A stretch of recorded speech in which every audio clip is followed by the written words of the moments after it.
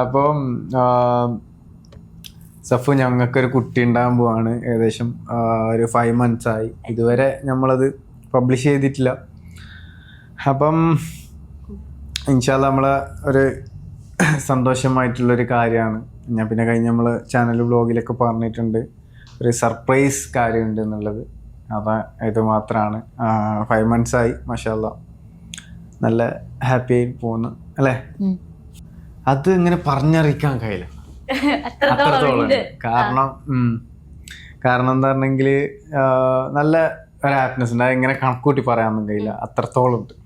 കൂടി വരാൻ പോവാണ്. ഇപ്പം പുള്ളി മെഹനു പറഞ്ഞിട്ടുണ്ടായിരുന്നു എക്സൈറ്റ്മെന്റ് പറഞ്ഞറിയിക്കാൻ പറ്റില്ല അത്. പക്ഷെ ഞാൻ സഫയോട് ചോദിക്കുകയാണ്, ഒരു അമ്മയാവാൻ പോവാണ്, എന്താണ് അതിന്റെ ഒരു? നല്ല ഹാപ്പിയാണ്. ബേബീസിനെ പിന്നെ എല്ലാവർക്കും ഇഷ്ടമാണ്. അപ്പൊ അതിന്റെ ഒരു ഹാപ്പിനെസ് ഉണ്ട്. ഇപ്പൊ ഒരു 5 months ആയിട്ട് ഉണ്ട് അല്ലേ. ഇത് എന്തുകൊണ്ടാണ് നിങ്ങൾ റിവീൽ ചെയ്യാത്തത്? ഒരു 3 months കഴിഞ്ഞാല് ഒരു സേഫ്റ്റി ആണല്ലോ, അങ്ങനെ റിവീൽ ചെയ്യാന്ന് വിചാരിച്ചു. പക്ഷെ ഇപ്പൊ ഒരു 5 months ആയിട്ടുണ്ട്. ഇപ്പൊ 5 months ആയി. ഇനിയിപ്പം വേറെ വെച്ചിട്ടുണ്ടെങ്കിൽ നമ്മൾക്ക് ഒന്നാമത് ഈ കൊളാബ് കാര്യങ്ങള് എല്ലാം ഉണ്ട്. കുറേ നമ്മൾ സർപ്രൈസ് ആയിട്ട് കുറച്ച് എന്താ പറയുക ചാനലുകാരോട് കുഞ്ഞിക്കും വേണ്ടിയിട്ടുള്ള ഒരുപാട് പ്രൊഡക്ട്സ് ഇങ്ങനെ വീട്ടിൽ വന്ന് തുങ്ങി കാത്തിരിക്കാം.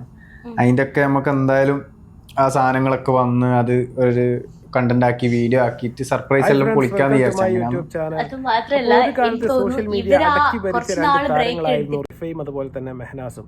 എന്നാൽ റിഫയുടെ മരണശേഷം മെഹനാസിനെ സോഷ്യൽ മീഡിയയിൽ അത്ര പിടിച്ചു നിൽക്കാനും അതുപോലെ തന്നെ കാര്യങ്ങൾ എളുപ്പമാവുകയും ചെയ്തിരുന്നില്ല. അതിനുശേഷം ഒരു ഇടവേളയ്ക്ക് ശേഷം നമ്മുടെ മെഹനാസ് സഫ എന്ന് പറയുന്ന ഒരു പെൺകുട്ടിയെ കല്യാണം കഴിക്കുകയും രണ്ടാമതൊരു ജീവിതം ആരംഭിക്കുകയും ചെയ്തിരുന്നു. റിഫ എന്ന് പറയുന്ന പെൺകുട്ടിയുടെ മരണശേഷം വന്ന സഫ എന്ന് പറയുന്ന പെൺകുട്ടിയുടെയും 2ാമത്തെ വിവാഹമാണ്. അതിനുശേഷം അവരുടെ ജീവിതത്തിൽ ഒരുപാട് പ്രശ്നങ്ങളും അതുപോലെ തന്നെ വേർപിരിഞ്ഞു എന്നുള്ള വാർത്തകളും എല്ലാം തന്നെ നമ്മൾ കണ്ടതാണ്. എന്നാൽ അതൊക്കെ നമ്മളിപ്പോൾ ചർച്ച ചെയ്യേണ്ട ആവശ്യമില്ല. എന്നാൽ ഒരു പുതിയ സന്തോഷ വാർത്തയുമായിട്ടാണ് മെഹനാസ് ഇന്ന് നമ്മുടെ ചാനലിന് മുമ്പിൽ പുതിയ ഇൻ്റർവ്യൂമായി വന്നിരിക്കുന്നത്. തീർച്ചയായിട്ടും മെഹനാസ് 2ാമതും ഒരു വാപ്പയാകാൻ പോകുന്നു എന്ന് പറയുന്ന സന്തോഷകരമായ ഒരു നിമിഷം. തീർച്ചയായിട്ടും മെഹനാസിന് ഇത് 2ാമത്തെ കുട്ടിയാണെങ്കിലും സഫ എന്ന് പറയുന്ന കുട്ടിയുടെ ജീവിതത്തിൽ ഏറ്റവും സന്തോഷകരമായ ഒരു നിമിഷത്തിനാണ് സഫ ഇത് സാക്ഷ്യം വഹിക്കുന്നത്. തീർച്ചയായിട്ടും അവളുടെ ആദ്യത്തെ കുട്ടിയാണ്. 2ാമത്തെ കല്യാണമാണെങ്കിലും ആദ്യത്തെ കല്യാണത്തിൽ സഫക്ക് കുട്ടികളൊന്നും തന്നെ ഉണ്ടായിരുന്നില്ല. ആ കല്യാണം വേർപെടുത്തിയതിനു ശേഷമാണ് നമ്മുടെ മെഹനാസുമായുള്ള 2ാമത്തെ കല്യാണം ഉണ്ടായത്. അതിനുശേഷം ഇപ്പോൾ ആദ്യമായിട്ട് ഒരു കുഞ്ഞ് പിറക്കാൻ പോകുന്നു എന്ന സന്ദേശം 2 പേരും ഒന്നിച്ച് നമ്മുടെ ചാനലിൽ ഇരുന്നു കൊണ്ട് എക്സ്ക്ലൂസീവ് ഇൻ്റർവ്യൂ ആയിട്ട് ഇപ്പോൾ പുറത്തുവിട്ടിരിക്കുന്ന വിവരമാണ്. 5 മാസം ഏകദേശം കുഞ്ഞിന് പ്രായമായിരിക്കുന്നു. അത് 3 മാസം ഉറപ്പായതിന് ശേഷം പറയാമെന്ന് വിചാരിച്ചാണ് ഇത്രയും വൈകിയത് എന്നും എല്ലാ സബ്സ്ക്രൈബറിനോടും അതുപോലെ തന്നെ മെഹനാസും സഫയും ക്ഷമ ചോദിക്കുകയും ചെയ്തിരിക്കുന്നു. തീർച്ചയായിട്ടും എന്തൊക്കെ പറഞ്ഞാലും റിഫയുടെ മരണത്തിൽ തീർച്ചയായിട്ടും നമ്മളെ സഫ എന്ന് പറയുന്ന കുട്ടി ഒരു നിരപരാധിയാണ്. അവരുടെ ജീവിതത്തിൽ ഏതായാലും നല്ലൊരു സന്തോഷകരമായ നിമിഷം ഉണ്ടാകാൻ പോകുന്നു എന്നതിൽ തീർച്ചയായിട്ടും നമുക്കും സന്തോഷിക്കാം. അതുപോലെ തന്നെ ഒരുപാട് വേദനകളും വിഷമങ്ങളും എല്ലാം നിറഞ്ഞ ഒരു ജീവിതം തന്നെയായിരുന്നു സഫയുടെ ആദ്യ വിവാഹവും. അതിൽ പരാജയപ്പെട്ടതിനെ തുടർന്നാണ് അവർ 2ാമത്തെ വിവാഹത്തിലേക്ക് കടന്നത്. എന്നാൽ മെഹനാസ് എന്ന് പറയുന്ന ആൾക്കാർ ജീവിതത്തിൽ നിങ്ങൾക്കറിയാം തീർച്ചയായിട്ടും ഒരുപാട് റിഫ എന്ന് പറയുന്ന പെൺകുട്ടിയെ മർദ്ദിക്കുകയും അതുപോലെ തന്നെ അവസാന ഘട്ടത്തിൽ ആ കുട്ടി ആത്മഹത്യയിലേക്ക് പോവുകയും ചെയ്തതാണ്. അതൊന്നും മലയാളികളും അതുപോലെ തന്നെ പ്രേക്ഷകരും മറന്നു കാണില്ല. പക്ഷേ അതിനെക്കുറിച്ചും അതുപോലെ തന്നെ അതിനുശേഷം വീഡിയോ ഇടാത്ത കാര്യത്തെക്കുറിച്ചും എല്ലാം മെഹനാസ് പറഞ്ഞ ഒരു കാര്യം ഞാൻ നിങ്ങളുടെ ശ്രദ്ധയിലേക്ക് കൊണ്ടുവരിക. റെസ്റ്റ് ആയതുകൊണ്ടാണ് കുറച്ച് നാള് വീഡിയോസ് ഒന്നും കാണാത്തത്. അത് മാത്രമല്ല 2-3 കാര്യങ്ങളുണ്ട്. ഒന്ന് ഫോണിന്റെ ഒരു ഡാമേജ് കാരണം കുറച്ച് ഗ്യാപ്പ് വിട്ട്, പിന്നെ ഒന്ന് നമ്മളൊന്ന് റിലാക്സ്ഡ് ആയിക്കോട്ടെ എന്നിട്ട് സോഷ്യൽ മീഡിയ ഒന്ന് മാറിയെന്ന്, പിന്നെ 3ാമത്തെ ഒരു കാര്യം ഇതന്നെ. നല്ലവരായ കുറെ ആൾക്കാര് നിങ്ങൾ ഡിവോഴ്സ് ആക്കിയത് അത് കണ്ടിട്ടുണ്ടായിരുന്നല്ലോ അല്ലേ? എന്താ തോന്നിയത് ശരിക്കും അത് കണ്ടപ്പോ? കേട്ടപ്പോ തോന്നാന് ഒരു ഫസ്റ്റുള്ളൊരു ഷോക്ക്. ഇപ്പം ആരാണെങ്കിലും ഒരാളെ പറ്റിട്ട് ഇല്ലാത്തൊരു കാര്യം വരുമ്പോ പെട്ടെന്നൊരു സ്റ്റക്ക് ആവില്ല. ഇല്ലാത്തത് മുന്നേ കേട്ട് ശീലായം കൊണ്ട് ഇത് ഇത്രയൊന്നും പ്രതീക്ഷിച്ചില്ലപ്പോ. വീട്ടിൽ നിന്ന് ഉമ്മച്ചി ലിങ്ക് അയച്ചത് ഇതെന്താ സംഭവം എന്ന് വെച്ചിട്ട്. ആ സമയത്ത് നമ്മള് ഫെസ്റ്റിവലൊക്കെ പരിപാടിക്ക് നടന്നുകൊണ്ടിരിക്കുക. അപ്പൊ അതെന്താന്ന് ചോദിച്ചോണ്ട് ഉമ്മച്ചി അയച്ചു. ഇത് ഞാൻ കണ്ടില്ലല്ലോ എന്ന് പറഞ്ഞു. അപ്പഴാ ഫസ്റ്റ് ആയിട്ട് കാണുന്നത്. അല്ല, അതിനൊരു മറുപടി കൊടുത്തിട്ടുണ്ടായിരുന്നോ? അപ്പൊ ഒന്നും കൊടുത്തില്ല.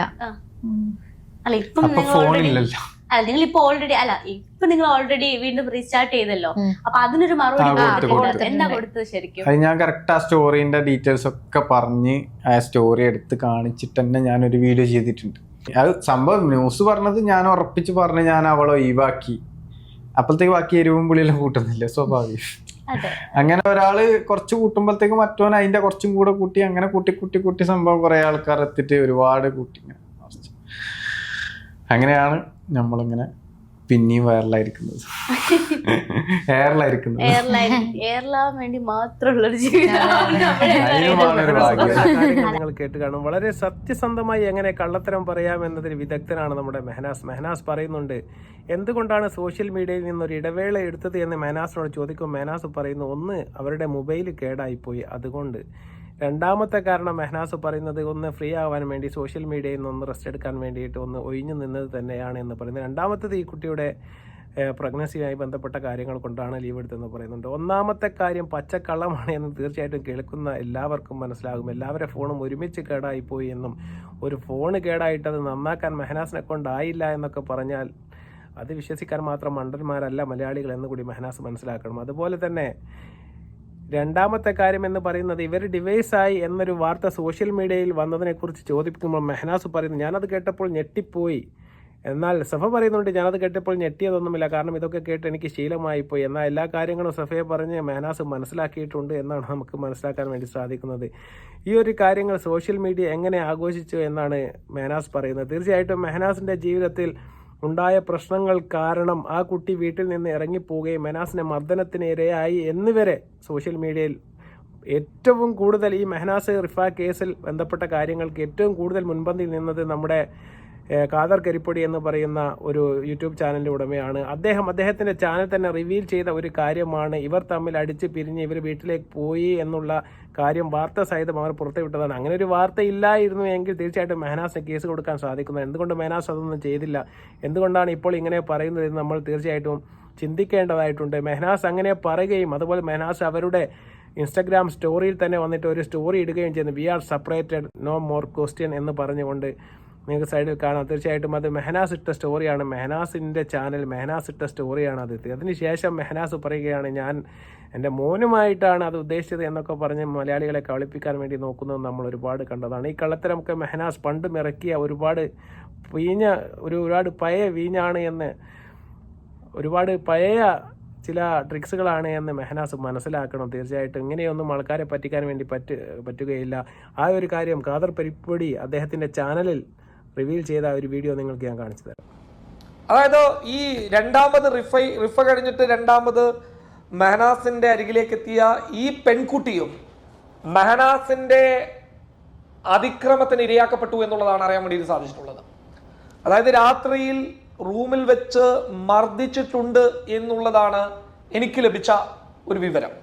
അത് ഈ പെൺകുട്ടിക്ക് വേണ്ടപ്പെട്ട ഒരാളോട് പറയുകയും ആ വേണ്ടപ്പെട്ട ഒരാൾ മറ്റൊരാളോട് പറയുകയും ചെയ്തതാണ്. ഈ രണ്ടുപേരുടെയും പേരോ കാര്യങ്ങളോ ഞാൻ പറയാൻ തയ്യാറാണ്. പറഞ്ഞാൽ നിങ്ങൾ കേട്ടുകാരും വിശ്വാസയോഗ്യമായ ഉറവിടത്തിൽ നിന്ന് തന്നെ കിട്ടിയ ഒരു വിവരത്തിന്റെ അടിസ്ഥാനത്തിലാണ് ഖാദർ കരിപ്പൊടി അദ്ദേഹത്തിന്റെ ചാനലിൽ ഈ വിവരങ്ങൾ പുറത്തുവിടുന്നത്. എന്നാൽ ഇതിനുശേഷം നമ്മുടെ മെഹനാസ് ഇതൊന്നും സത്യമല്ല എന്നുണ്ടെങ്കിൽ എന്തുകൊണ്ട് ഒരു കേസുമായിട്ട് മുന്നോട്ട് പോയില്ല, ഇങ്ങനെ പൊതുമധ്യത്തിൽ വെച്ച് തന്നെ അപമാനിക്കുന്നു എന്ന് കാണിച്ച് നമ്മുടെ മെഹനാസിന് ഒരു കേസ് കൊടുക്കാമായിരുന്നു. അതൊന്നും മെഹനാസ് ചെയ്തിട്ടില്ല.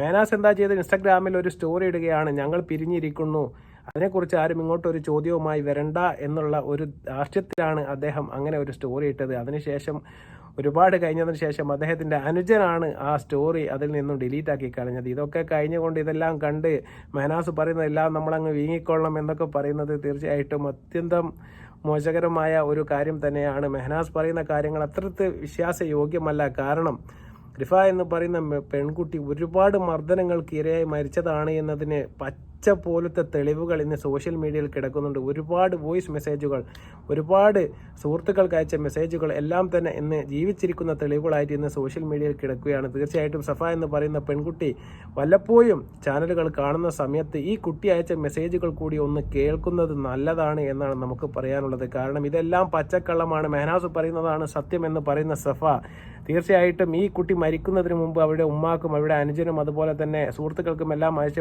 വോയിസ് മെസ്സേജുകൾ വാർത്തകൾ ഇന്ന് സോഷ്യൽ മീഡിയയിൽ സുലഭമായി കിടക്കുന്നുണ്ട്.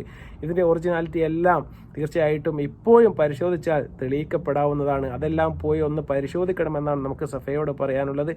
തീർച്ചയായിട്ടും സഫ ഈ കാര്യങ്ങളെല്ലാം തന്നെ മെഹനാസ് പറഞ്ഞ് മനസ്സിലാക്കി വെച്ചതും അവർ തമ്മിൽ അടിയായതും അതിനുശേഷം ഡൈവോഴ്സിൻ്റെ വക്കിൽ വരെ എത്തിയതാണ്. എന്നാൽ ഈ കുട്ടി ഗർഭിണിയായതുകൊണ്ട് അവിടെ നടന്ന ഒരു ചർച്ചയിൽ തീർച്ചയായിട്ടും രണ്ടാമതും ഈ കുട്ടി വീട്ടിലേക്ക് തിരിച്ചു വരികയായിരുന്നു എന്നാണ് സോഷ്യൽ മീഡിയ ഒരുപാട് ചാനലുകളിൽ നിന്ന് ഒരുപാട് വാർത്തകളിൽ നിന്ന് നമുക്ക് മനസ്സിലാക്കാൻ സാധിക്കുന്നത്. തീർച്ചയായിട്ടും ഇത്തരം പ്രശ്നങ്ങളൊന്നും തന്നെ ഇല്ലാതെ ഇനിയും മുൻകൂട്ടിയുള്ള ജീവിതത്തിലേക്ക് ഒരു പുതിയ അതിഥി കൂടി വരാൻ പോവുകയാണ്. ആ കുട്ടി പിറക്കുന്നതോടുകൂടിയെങ്കിലും നമ്മുടെ മെഹനാസ് നന്നാവട്ടെ എന്നും അതുപോലെ തന്നെ നല്ലൊരു ജീവിതം മെഹനാസിനും സഫയ്ക്കും ഭാവിയിലെങ്കിലും ഉണ്ടാവട്ടെ എന്ന് നമുക്ക് ആശംസിക്കാം എന്ന് മാത്രമേ നമുക്ക് പറയാനുള്ളൂ. ഈ വീഡിയോ നിങ്ങൾക്ക് ഇഷ്ടപ്പെടുകയാണെങ്കിൽ ലൈക്ക് ചെയ്യുക, ഷെയർ ചെയ്യുക, സബ്സ്ക്രൈബ് ചെയ്യുക.